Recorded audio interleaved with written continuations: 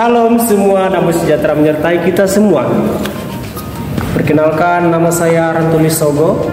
Saya mahasiswa semester 3. Kali ini saya akan mencoba mereview buku yang berjudul Ketika Alkitab Dipertanyakan dengan pengarang Norman Geisler dan Ron Brooks.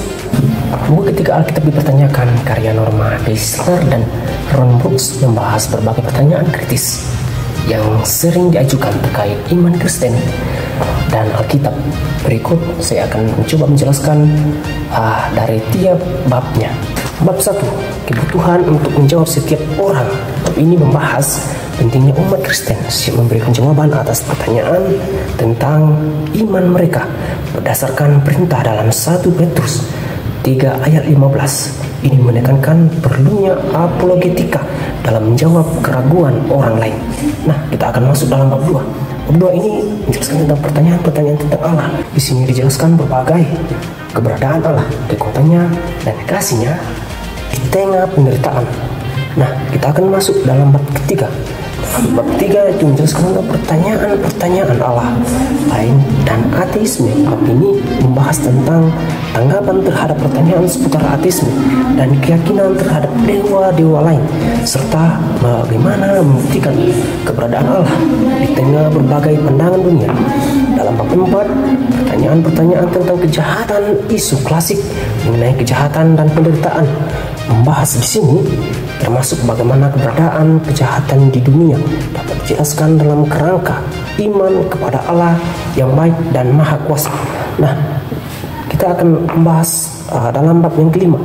Itu dijelaskan bagaimana pertanyaan-pertanyaan tentang mukjizat.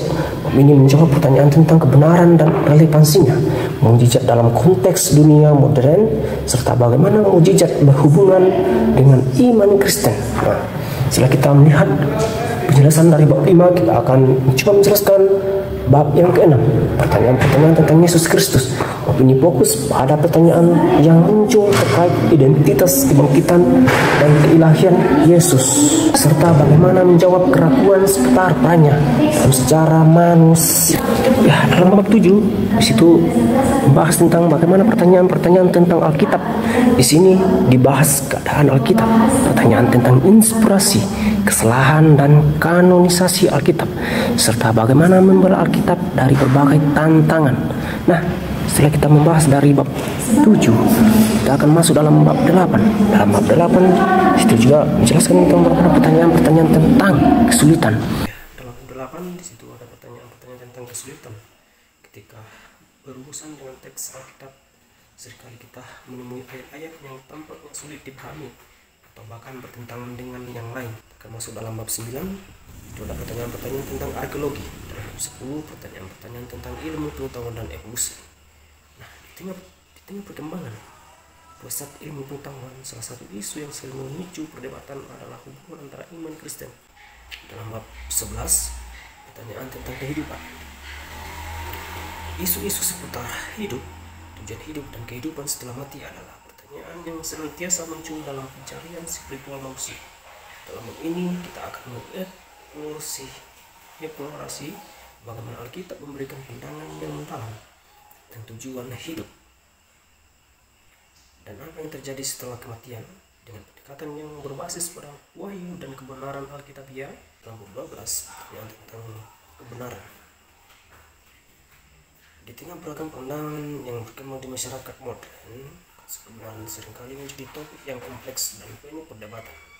Bab ini mengajak kita untuk menyelami pemahaman tentang kebenaran dari perspektif filosofi dan agama, serta membandingkannya dengan kebenaran relatif yang banyak dianut dalam kehidupan sehari-hari. Dalam konteks ini kita akan mengeksplorasi bagaimana kebenaran yang diajarkan dalam Alkitab menawarkan suatu landasan yang kokoh,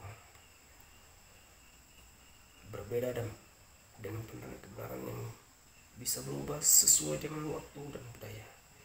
13, pertanyaan tentang moral.